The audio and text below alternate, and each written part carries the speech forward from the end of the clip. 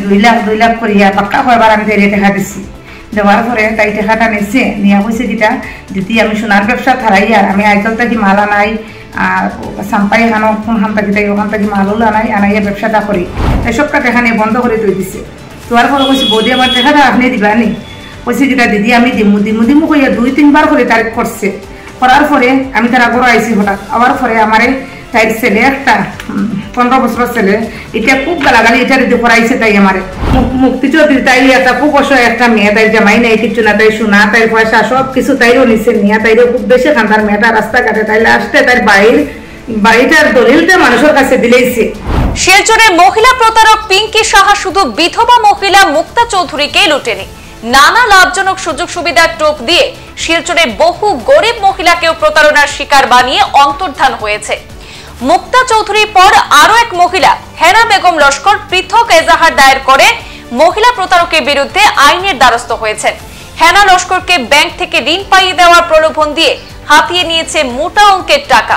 শিলচরের বহু মহিলাকে রীতিমতো পথে বসিয়ে পালিয়েছে পিঙ্কি সাহা। দ্রুত তাকে আইনের আওতায় এনে টাকা উদ্ধার করে দিতে পুলিশ প্রশাসনের হস্তক্ষেপ কামনা করেছেন প্রতারিতরা। পিঙ্কির প্রতারণার জাল থেকে রক্ষা পাননি ভাড়া ঘরের মালিক পক্ষরাও। শিলচরের নানা প্রান্তের এক ঝাঁক মহিলারা প্রতারিত হয়ে নগদ টাকা ও স্বর্ণালংকার খোয়ানোর ঘটনা প্রকাশ্যে এসেছে। রাঙ্গিরখাড়ির এক বিধবা মহিলা মুক্তা চৌধুরীর পর এবার উত্তর কৃষ্ণপুরের বাসিন্দা হেনা বেগম লস্কর শিলচরের দ্বিতীয় লিংক রোডের পিঙ্কি সাহার দ্বারা প্রতারিত হওয়ার ঘটনা সামাজিক গণমাধ্যমে ছড়িয়ে পড়েছে। ব্যাংক থেকে ঋণ পাইয়ে দেওয়া সহ বিভিন্ন প্রলোভন দেখিয়ে হেনা বেগম লস্করের কাছ থেকেও মোটা অঙ্কের টাকা হাতিয়ে নেওয়ার অভিযোগ উঠেছে পিঙ্কি সাহার বিরুদ্ধে। এ নিয়ে মুক্তা চৌধুরীর পর থানায় মামলা দায়ের করেছেন প্রতারিতা হেনা বেগম লস্কর। এ বিষয়ে আজ সংবাদ মাধ্যমের সঙ্গে কথা বলতে গিয়ে প্রতারণার শিকার শিলচরের একাধিক মহিলারা তাদের নিজেদের কথা জানিয়েছেন। জানা যায় বিভিন্ন অজুহাত ও প্রলোভন দেখিয়ে পিঙ্কি সাহা তাদের থেকে মোটা অঙ্কের অর্থ সহ স্বর্ণালংকার হাতিয়ে পালিয়ে গেছে এবং অর্থ লেনদেনের উপযুক্ত প্রমাণ রয়েছে তাদের কাছে। এখানেই শেষ নয়, অভিযুক্ত পিঙ্কি সাহা দ্বিতীয় লিংক রোডে যে বাড়িতে ভাড়া ছিল সেই বাড়ির মালিককেও ঠকিয়ে ঘরের ভাড়া না দিয়ে পালিয়েছে বলে অভিযোগ সামনে এসেছে। অনেক মহিলার কাছ থেকে পিঙ্কি সাহা ব্ল্যাঙ্ক চেকও সংগ্রহ করে বিভিন্নভাবে ব্ল্যাকমেল করছে বলেও অভিযোগ উঠেছে। প্রতারণার শিকার বাড়ির মালিক সহ মুক্তা চৌধুরী ও হেনা বেগম লস্কর রাঙ্গিরখাড়ি থানায় পৃথকভাবে এজাহার দায়ের করেছেন।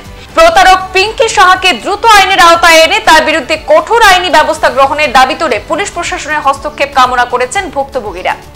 পিঙ্কি সাহা আমার কাজ খুব বন্ধ, আজকে বহুত দিন থেকে তাই লগে চলাচল, একলগে খাওয়া তাহা রোয়া ঘুমানি সব একলগে চলাচল। তখন হঠাৎ তাই আমার কাছ থেকে কইছে দিদি একটা পয়সা দেবো আমারে একটা কারবার করি। আমি কইছি কিতা কারবার করতে, আমি তো মেয়েলোক কোনো কারবার জানি না, কিতা কারবার করতে। তাই বলছি দিয়া না কারবারটা করমু, সোনার দোকান আমার তো 2টা আছে, একটা নাগাটিলাত আছে একটা কাশিপুর আছে, ওইটা নিয়ে একটু টেকা ঢুকাই। আমি কইছি কি এটা টেকা ঢুকাই যে টেকা বাড়াইব না, আমি কইছি বাইরিব। তখন আমার একটু জমাইল টেকা আসলো, জমাইল হইতে সময় 2 লাখ করিয়া পাক্কা কয়বার আমি তাই টেকা দিচ্ছি। দেওয়ার পরে তাই টেকাটা নিচ্ছে নিয়ে কইছে যেটা দিদি আমি সোনার ব্যবসা থারাইয়া আমি আইজল থাকি মাল আনাই আর সাম্পাই খানো কোনখান থাকি তাই ওখান থেকে মালও আনাইয়া ব্যবসাটা করি। তাই জামাইরে দিয়ে আরো কাপি বেটি খেয়ে তাই বড় আরো ছেলেরা 2জন আমরা রেঙ্গুটোর তখন তারা তাই জিনিস আনাইয়া তাই মালটা দেখি তার ব্যবসা করে। তখন আমি কইলাম আমি তো বৌদি দেখি বলির মতন হচ্ছে বৌদি এটা পয়সা নেড়াই দেন, পয়সা নিয়ে পয়সাটা উড়াই না। তখন কই আমি দিতে টাকা 20 লাখের মতন তাই আমি দিলেছি। দেওয়ার পরে তাই টাকাটা সব টাকাটা কারবার ঢুকাই দিচ্ছে। ঢুকানোর পরে আমি কইছি যেটা বৌদি টাকাটা আমার দিবাইনি, এখন আমি তো টাকা এখন আমার তুরাতুরি পাইতাম কিমান পয়সা পাইয়া চলতাম, এরকম কিচ্ছু নাই। তাই সবটা টাকা নিয়ে বন্ধ করে তুই দিচ্ছে। তোয়ার পরে কইছি বৌদি আমার টাকাটা আপনি দিবানি? কইছি যেটা দিদি আমি দিমু কইয়া 2-3 বার করে তারিখ করছে। করার পরে আমি তার আগর আইসি হঠাৎ আবার পরে আমারে তাই ছেলে একটা 15 বছরের ছেলে এটা খুব গালাগালি এটা দিতে করাইছে। তাই আমারে হরানির পরে তাই আমার এই বাড়ির থেকে বাসা থেকে বাইরে হরাই লইছে। তাই রিং রোড কোন যারা বাসার থাকে ওখান থেকে বার হরাই লইছে। বার করার পরে আমি বললাম গীতা বৌদি তুমি তোমার বাচ্চারই দিয়ে ওইরকম ব্যবহার করাইলে নেই তো ছোট বাচ্চা করে দিই। তাই বলছি গীতা না কিচ্ছু না, তোমার রাস্তায় কি কিওর টেকা নিচ্ছি। আমি কইছি এরকম তুমি টেকা নিয়ে ওইরকম আমার কইলে কিওর টেকা নিচ্ছি আর কিওর গীতা তো তোমার লগে সম্পর্ক জানাশোনা, তুমি আমার ঘরও গেলায় গাল মিলাইলে গিয়ে টেকা আনলায় কিলা গেছো কয়বার না আমরা সব রাস্তাঘাটে সব মানুষে জানাই। তখন তাই এরপরে কি হয়েছে? আপনার টাকাটা পাইছেন না? টাকাটা আমি পাইছি না। কেন পাইছেন না? আমি টাকাটা পাইছি না, তাই আমার দিত হইয়া তাই তো বাগি গেছে এখান থেকে। আপনি সদর থানাত আমি এফআইআর দিয়া আমি কফি লইয়া আমি আইছি। এটা আমার লগে তাই একটা বেইমানি করছে। আমি প্রশাসনের কাছে এটাও চাই যে আমার বিচারটা লইয়া তার কাছ থেকে দিবা। আচ্ছা, আপনার বাসার মালিক যে তাই কি কেস করছেন এই বিষয়ে? কোনটারে তাই বাসার মালিকে তাই কেস করছেন, ডাইরেক্ট ওইটাও কেস করছেন করিয়া কইছেন কি তার যে আমার বাসার ঘর ভাড়া সরবার হয়েছে, তারপরে আমি বিচার করিয়া দিছি তোমরা পয়সা রাখতাম কইয়া বারবার কোকঞ্চারের কাছে তাই বলেছে, তাই টাকাটা দিত কইয়া তাই বাগি গেছে। বাগি আবার তাই আইছে জায়গাটা আমরা আনাইছি, খুব মায়া দিয়ে কইছি বৌদি আওয়াইয়া যতটুকু পারো আস্তে আস্তে তুমি দেও, আর যেন টাকাটা কারবার লাগাইছো ওনারে একটু করে টাকাটা দেও। ওই তো সময় তাই কইছি কিটা দিমু কইয়া এদিন কোকঞ্চারটা কইছে আমি বাসার থেকে যাইয়া রাত্রে 11টার সময় আমি আইয়া টাকাটা দিমু কইয়া তাই আবার পাগল মারি দিছে। তাই সব পরিবার লইয়া সব লইয়া তাই পাগল মারি দিছে কইয়া আজকে এখন মানে ভাড়া করতে গিয়ে লিমুর থেকে তাই ভাই গেছে প্ল্যান করিস আপনার টাকা পয়সা দিছে না। আচ্ছা, এরকম কি আরো মহিলা লোক করছে নি? মহিলা এরকম আরো কত মহিলা লোক আমরা না কাটিলা 4-5 জন লোক করছে। আমাদের রিং রুট আরো 2-1 আছেন, এরা আছে এরকম করে। মুক্তি চৌধুরী তাই একটা খুব অসহায় একটা মেয়ে, তাই জামাই নাই কিছু না, তাই সোনা তাই পয়সা সব কিছু তাইরও নিচে নিয়ে তাইরও খুব বেশি খান্দার মেয়েটা রাস্তাঘাটে তাই লাস্টে তার বাড়িটার দলিলটা মানুষের কাছে দিলেইছে। ওইরকম তাই মাও যেরকম তাই ওইরকম তাই ছেলেটা ওইরকম মানাইছে। এটার বিচার আমি চাই। আমরা ঘর থেকে প্রত্যেক কয়েকজন মানুষের ডকুমেন্টস তাই লইছে, কইছে লোন দিব কইয়া 10,000 কইয়া গ্রামীণ ব্যাংক থাকিয়া নিয়া চুটুদারে বা পন্দারে সব ডকুমেন্টস দিলেছে। আমজদ ভাই চেক আছে, এগ্রিমেন্ট পেপার আছে, তারপরে স্টাম্প সাইন আছে, টেম্পোরারি রুটর কয়েকজনের আছে নিয়া তাই দিলেইছে। দিয়া আমার আরো ডকুমেন্টস নিয়া তারা দিছে। তারা এখন গিয়া তারা সাইন দিয়া তারা ডকুমেন্টসের উপরে তারা টাকা লাগে তাই নিয়ে সব দিয়ে ব্ল্যাকমেল করছে নিয়ে সব জিনিস নিয়া। এটা উপযুক্ত শাস্তি আমি চাই। তারা মোটামুটি 5 থেকে 6 বছর থেকে ভাড়া আছে। তাই যে মানুষের কাছ থেকে টাকা নিছে, টাকা লেনদেন করে, এটা আমি কিচ্ছু জানি না। আমার না জানাই তাই এই বিজনেস করছে। তাই বেশি আরো 2টা ছেলে আসল। এই 2টা ছেলের নাম আমি এখন লইলাম না, ওই সময় যখন আসবে তখন নেই। আচ্ছা, যাই হোক, প্রথম ভিডিও যখন ভাইরাল হয়েছে মঞ্জিলা বেগম তাই যখন ভিডিওটা ভাইরাল করছেন, ভিডিওত কইছেন যে তাই 18 লাখ টাকা পাই, তখন পিঙ্কি স্যার 3 দিন পরে আমার ফোন করছে। ফোন করে বলছে আমি স্যার পিঙ্কি স্যার হইলাম। আমি বলছি ঠিক আছে, তুমি যত সময় আও না মানুষের তোমার যে টাকা পাই এটা সলভ হইতো না। তখন 3 দিন পরে তাই আইসে। আওয়ার পরে হেনা বেগম লস্কর মঞ্জিলা দিদি, আমি মঞ্জিলা দিদি রাখি, তাহলে সকলকে দেখাশোনা হয়েছে।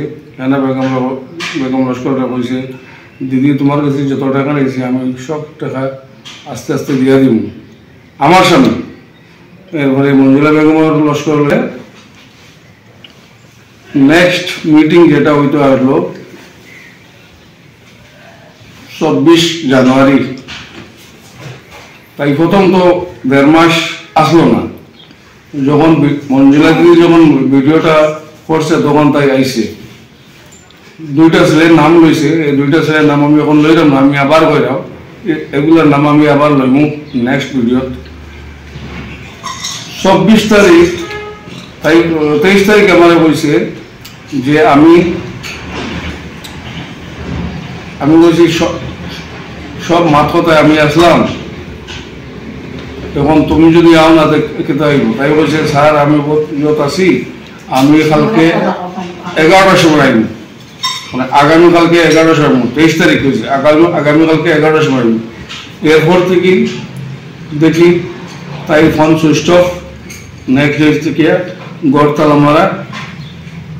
এরপরে আমার একটা ভিডিও মেসেজ দিছে যে স্যার আমি আপনার 4 মাসের ভাড়াটা দিলাম। আমি তাই ভাড়া করছি না, আমার বউর ওয়াইফের মেসেজ দিছে, আমারও মেসেজ দিছে। সবচেয়ে বড় কথা হইল তাই যখন এখানে সবার সামনে ভরে গেছে, হেনা বেগম লস্কর কইছে তুমি যে টাকা পাও আমি দিয়া দিব। মঞ্জিলারও কইছে আমি 8 লাখ টাকা দেবো। ইভেন ভিডিও তাই কইছে যে 5 লাখ টাকা মঞ্জিলারে দিয়া দিব। তারপরে তাই বাকি তো কিতা লাগিয়া। এরপরে আমি বাধ্য হইয়া রাঙ্গিখালি থানাকে আমি এফআইআর দিছি। এফআইআর দেওয়ার মানে হইল যে মানে এই ঘরটা যদি খুলে না তাহলে তো আমার অন্য ভাড়াটা দিতে লাগবো না।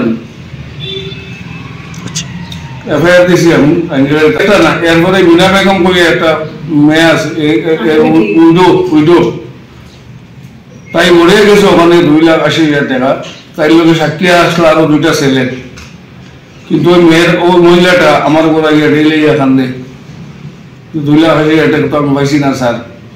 আমি তো জানি না, তাই যখন লেনদেন করছে খাল্লো লেনদেন তখন তো জানি না আমি লাস্টে আমি যখন সবাই যখন আমাকে বিচার দিছ তখন আমি তাইও আনছি, তাইও আইসি, ফলে তো 1.5 মাস বাগানো আসলো, 1.5 মাস বাগানো আসলো, এরপরে বইনও আসলো, সব সাক্ষী আসলাম।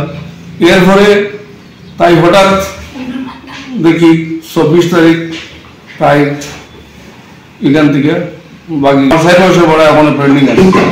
আমি আগে অলরেডি দিয়েছি আমি, আর যেদিন